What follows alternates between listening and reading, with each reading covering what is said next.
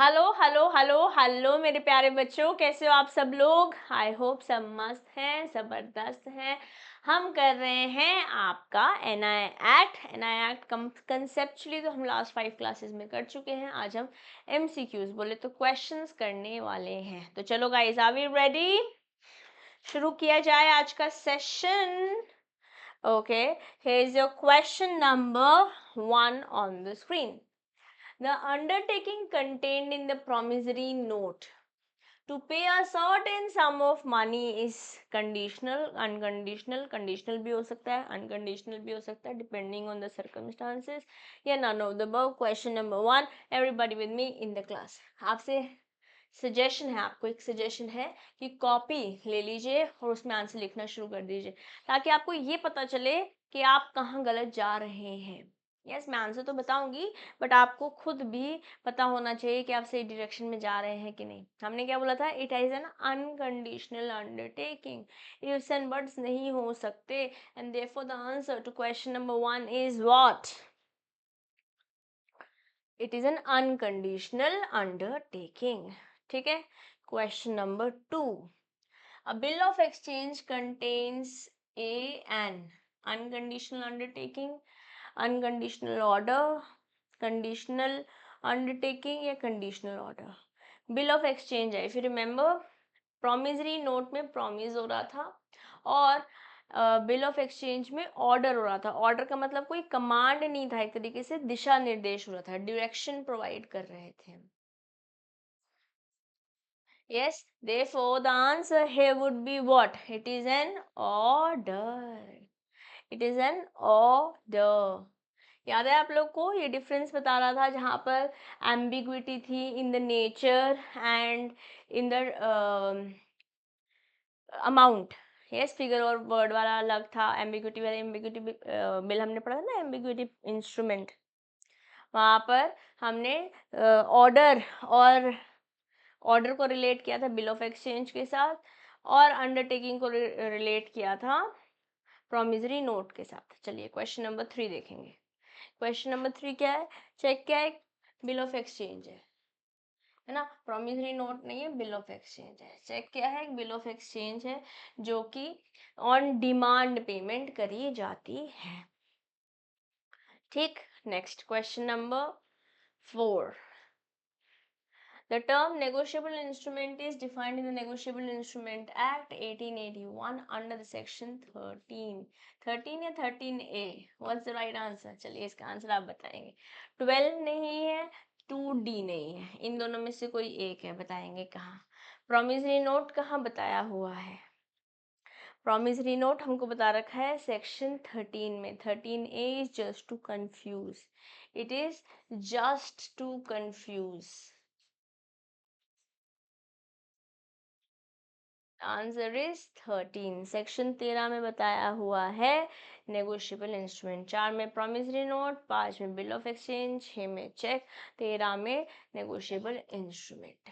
Okay, the term negotiation under section 14 of NI Act 1881 refers to transfer of bill of exchange, promissory note or check to any person so as to constitute the person the holder thereof.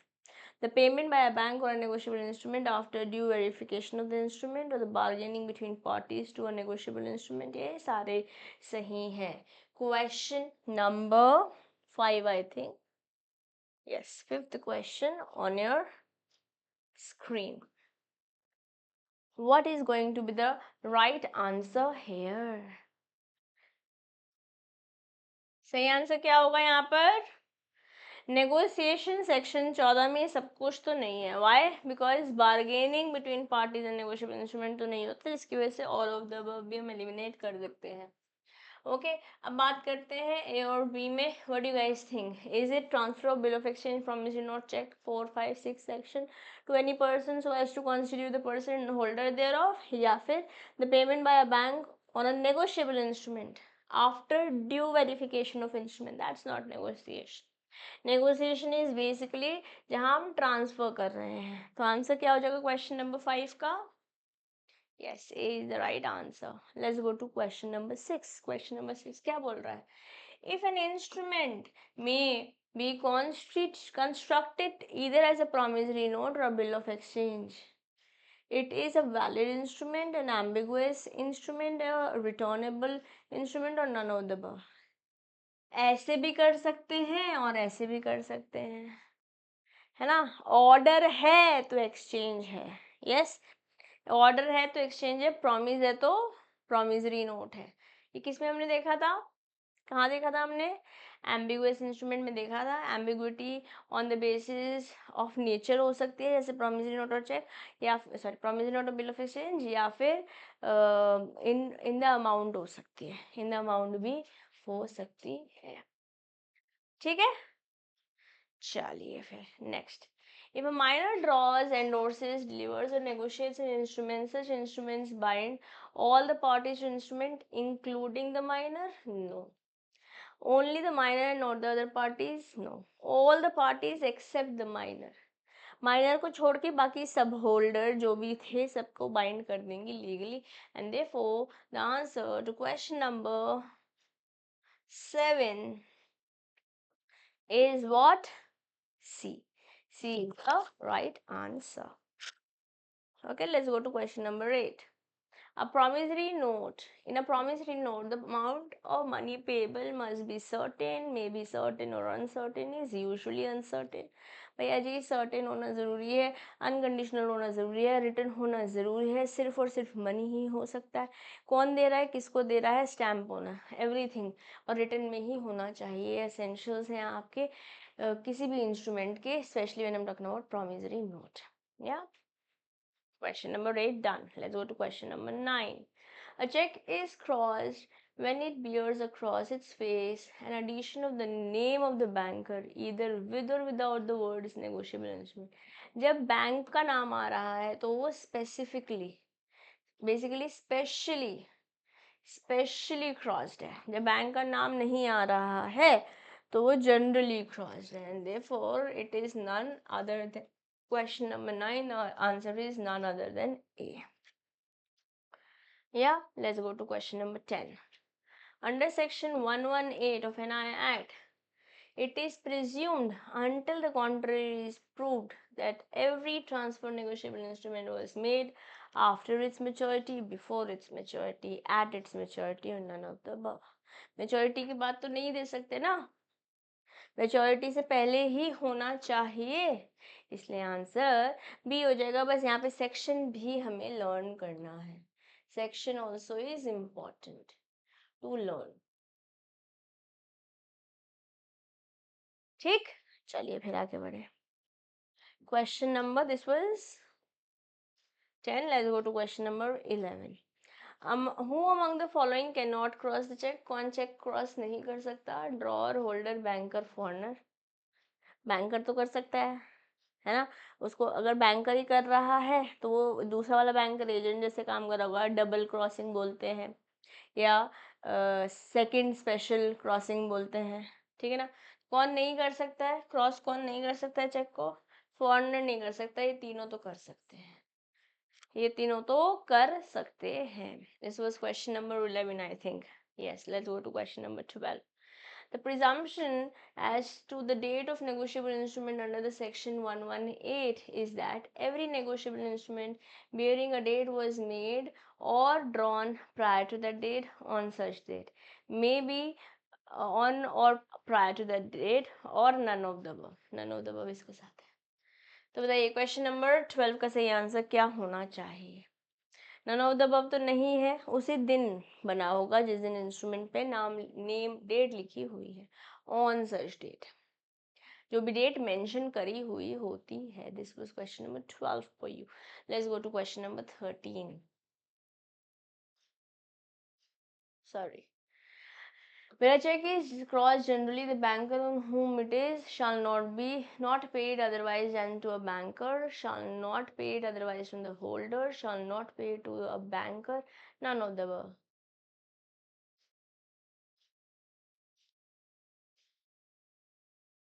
Why has the answer been marked as A?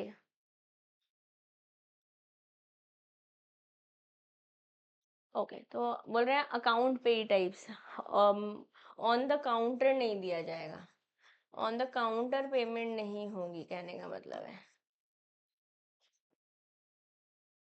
It is paid only in the account and therefore it is mentioned as banker. ये holder तो cash भी हो सकता है ना, cash तो देना नहीं है जब क्रॉस होगा, चाहे जनरली क्रॉस क्यों ना हो।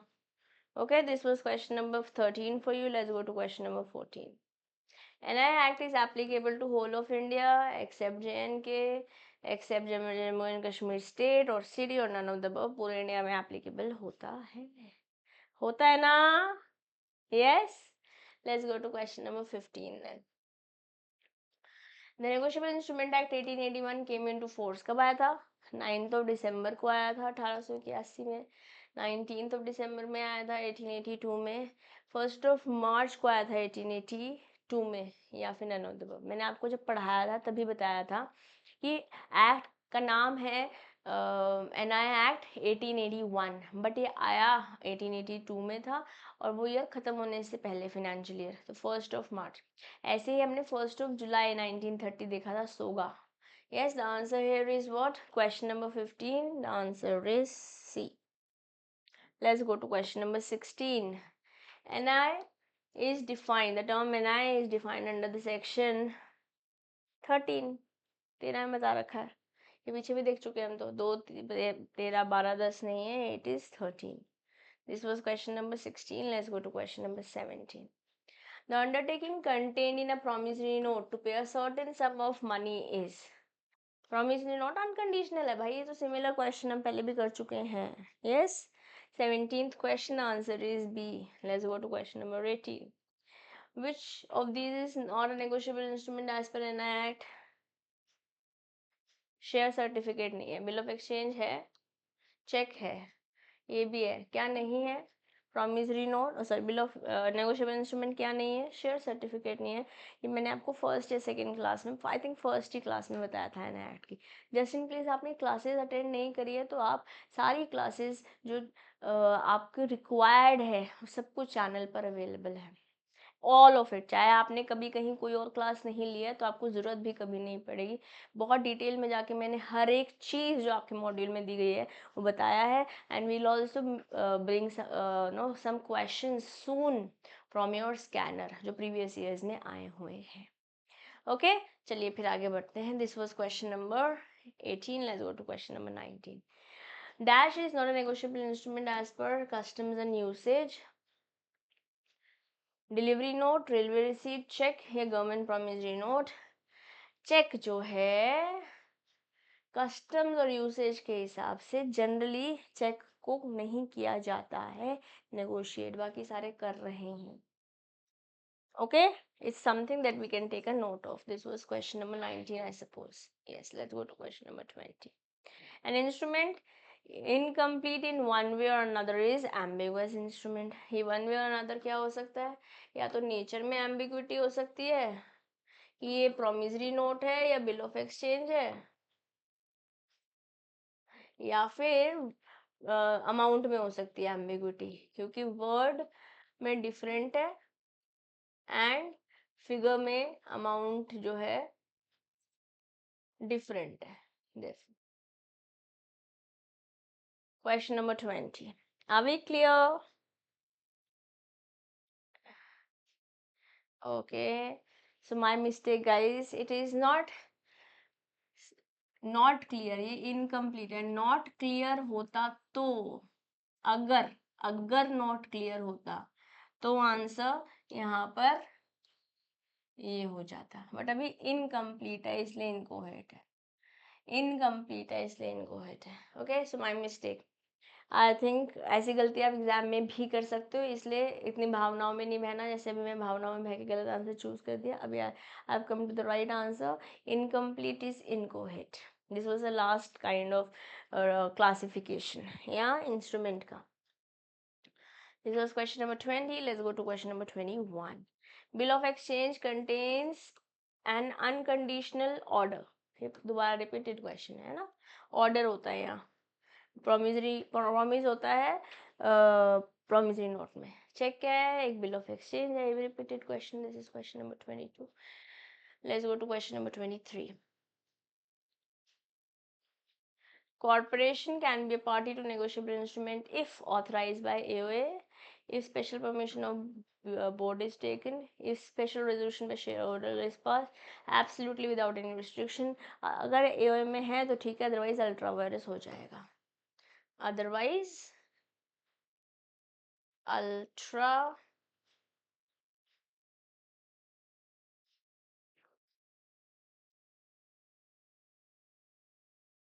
वायरस. ठीक है. The answer to question number 23 is A. Let's go to question number 24.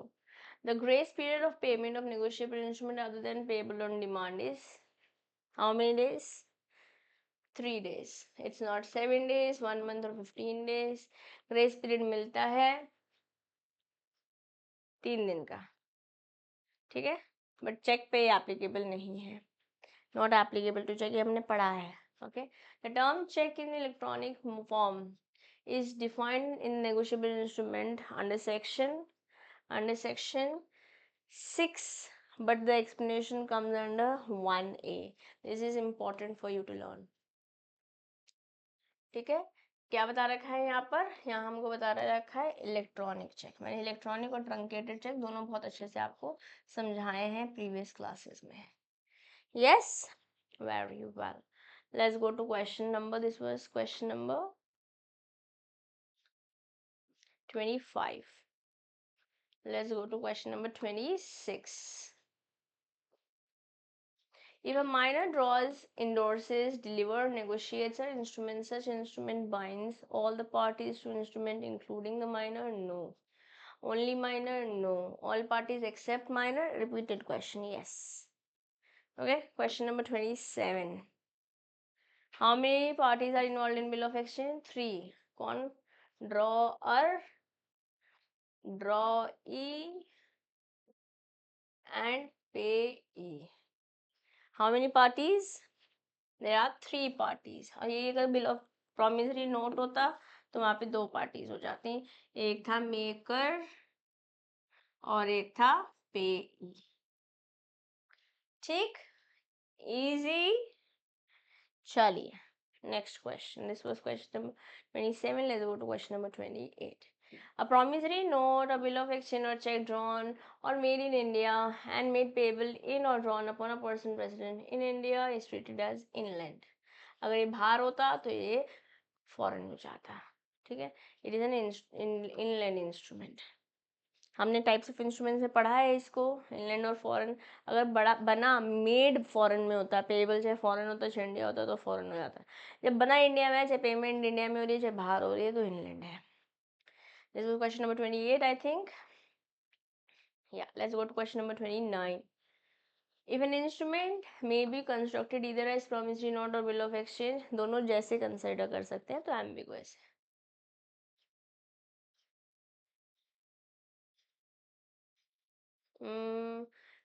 Unambiguous नहीं है, एम्बिगुअस होना चाहिए.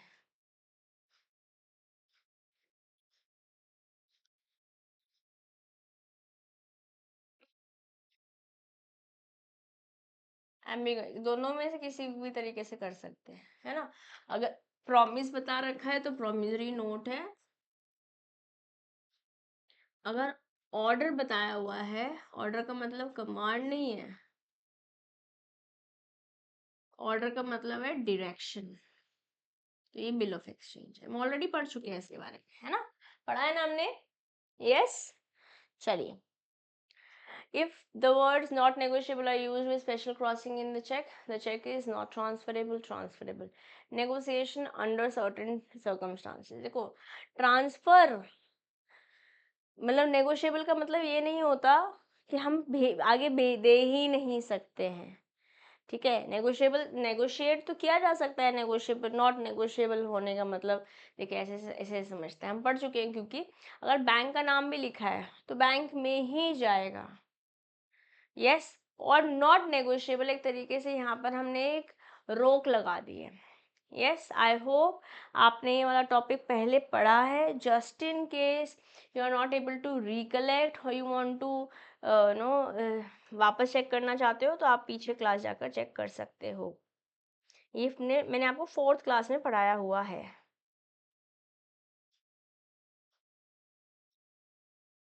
बेसिकली यहाँ पे हमने हार्वी और माइक का एग्जाम्पल लिया था, Mike Ross and Harvey Specter, जहाँ हमने बोला था कि अगर दो पैरेलल लाइंस लगा के लिख दिया नॉट नेगोशिएबल, तो ऐसे हार्वी ने इसको माइक को दिया है तो जो टाइटल हार्वी का था वही मिल पाएगा. लेट से हार्वी के टाइटल में डिफेक्ट था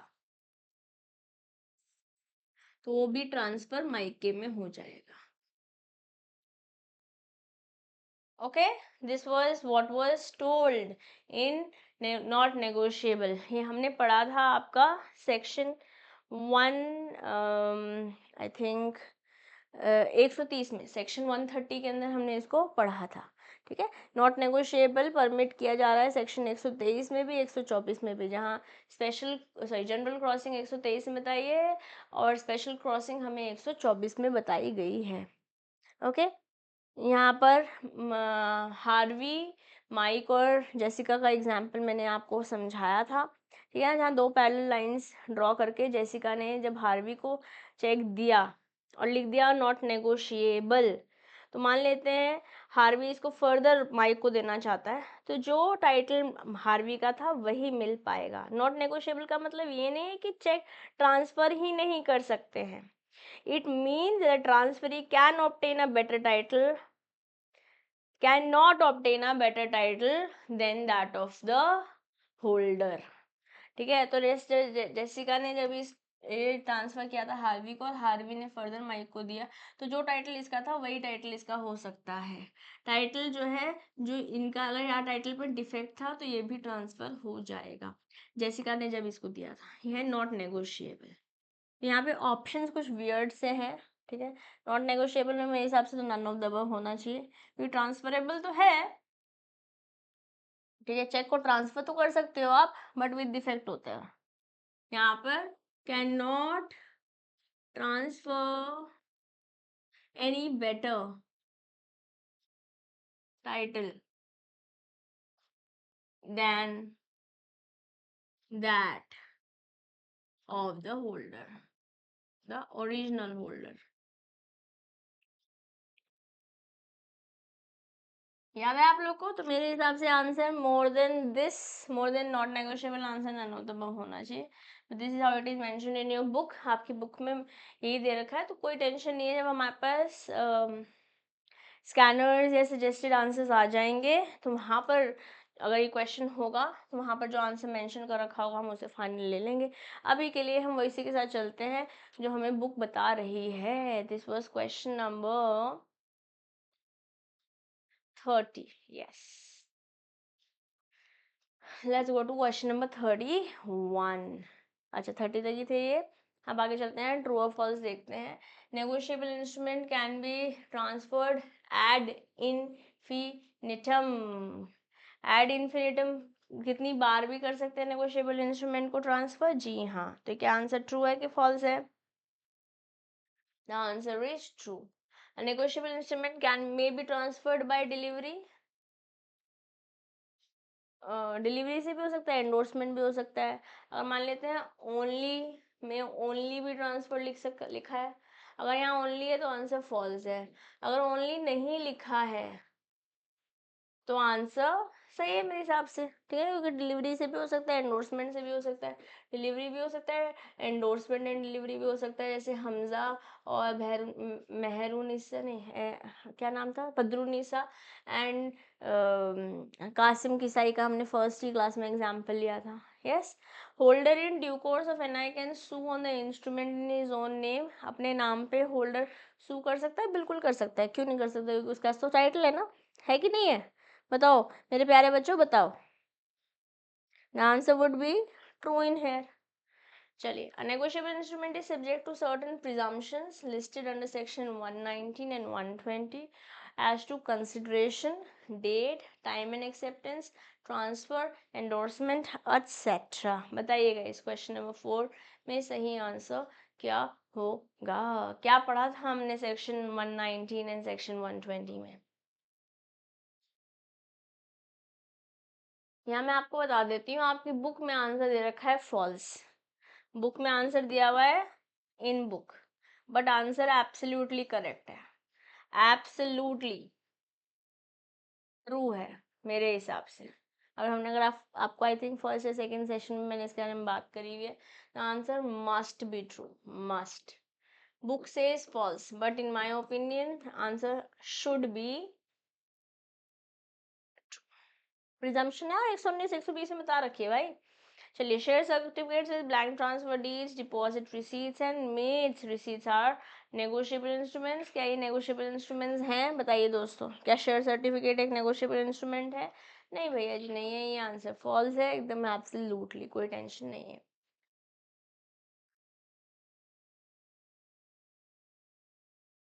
गलत आंसर है, यहाँ पे आंसर ट्रू होना चाहिए। May be transferred by delivery, answer यहाँ पे भी ट्रू होना चाहिए। अगर ओनली ट्रांसफर्ड बाय डिलीवरी होता तो फॉल्स हो जाता, क्योंकि डिलीवरी और एंडोर्समेंट, एंडोर्समेंट एंड डिलीवरी दोनों तो होता है, ये भी होता है, ये भी होता है। ठीक बात है।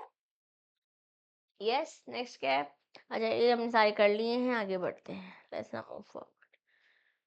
A bill which is not an inland bill is deemed to be a foreign bill। अगर इंडिया में नहीं बना है तो उसको मान लेंगे कि वो फॉरेन में ही बना है। क्या मेक सेंस कर रहा है? लग तो रहा है कि सही सही इसका स्टेटमेंट लग रहा है। When a bill is drawn, accepted or endorsed for consideration, it is fictitious bill. No, it is genuine bill. fictitious क्या होगा? जहाँ पे पेई और ड्रॉई दोनों ही फेक हैं। Yes, and therefore the answer is false in here. An instrument, इसलिए answer false है। An instrument incomplete in some respect is incoherent instrument. That's true. ठीक है। A check is a bill of exchange on a specified banker payable on demand. Okay, fine. That's also true. Negotiable instrument, we can be a, in a negotiable instrument we mean a written document by which right is given to a person which is transferable in accordance with the provision of an act. Actually that should also be true. या सही होना चाहिए कि नहीं होना चाहिए? आप लोग क्या कहते हो? चलिए, I think all the answers here are fine. Let's now move to question number 11. अच्छा, यहीं तक ये questions, आगे बढ़ते हैं। fill in the blank. Negotiable instrument act is applicable to, कहाँ पे applicable है negotiable instrument act? पूरे इंडिया में, होल ऑफ इंडिया।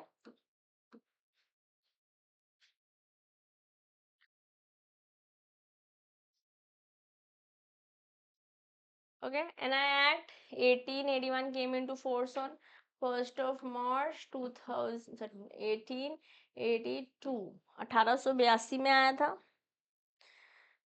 ठीक है, next. The term negotiable instrument is defined in section 13, section 13 of NI Act 1881। Yes, चलिए आगे बढ़ते हैं। The undertaking contained in a promissory note to pay a certain sum of money is unconditional. ये तो हम ऐसे ऐसे क्वेश्चन काफी पहले भी कर चुके हैं।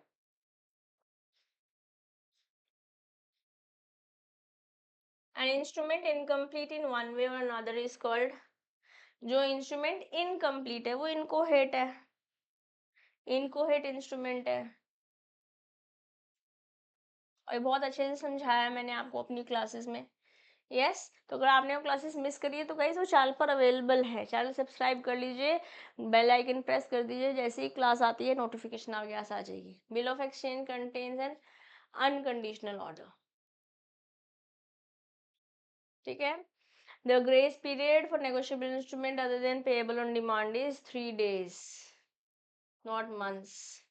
3 दिन है, ठीक है। और चेक में तो ये 3 दिन भी नहीं है, क्योंकि cheque instrument in payable on demand रहता है।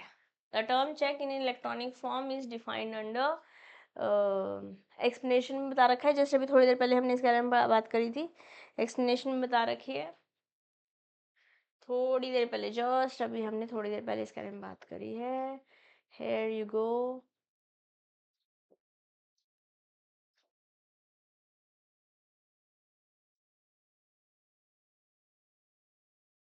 है सेक्शन 6 में चेक है, उसके एक्सप्लेनेशन 1A में बताया हुआ है, इलेक्ट्रॉनिक फॉर्म। ठीक है, explanation 1A of section 6।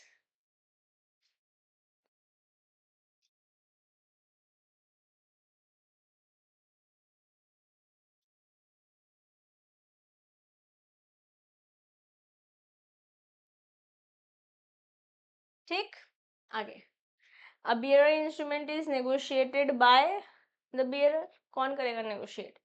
Bearer instrument कौन नेगोशिएट कर सकता है? जो होल्डर है, जो बियरर है। तो आंसर क्या होगा यहाँ पर?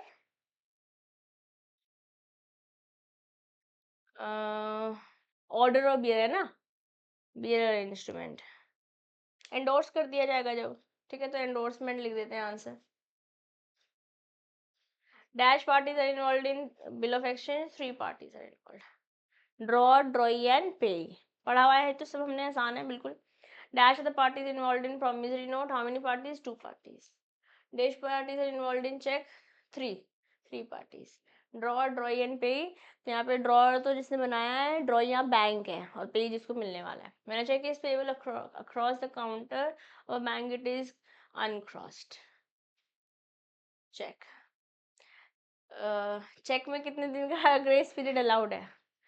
कुछ अलाउड है क्या? कोई भी अलाउड नहीं है। पूरा क्वेश्चन ढंग से पढ़ना है, अगर ढंग से नहीं पढ़ा तो आंसर गलत है। नॉट एप्लीकेबल बोल सकते हैं या फिर 0 डेज।